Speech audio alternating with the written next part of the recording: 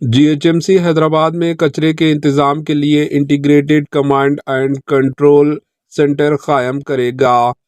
Greater Hyderabad Municipal Corporation GHMC کوڑے کے انتظام کے اہم چیلنجوں سے نمٹتے ہوئے شہر کی صفائی ستھرائی کو بڑھانے میں اہم پیش رفت کر رہی ہے۔ سالڈ ویسٹ مینجمنٹ کے لیے ایک جدید انٹیگریٹڈ کمانڈ کنٹرول سینٹر تیار کرنے کی اپنی کوششوں کے ایک حصے کے طور پر Greater Hyderabad Municipal Corporation GHMC نے آپریٹرز کے ساتھ ایک میٹنگ کی۔ Bureau report AHN news.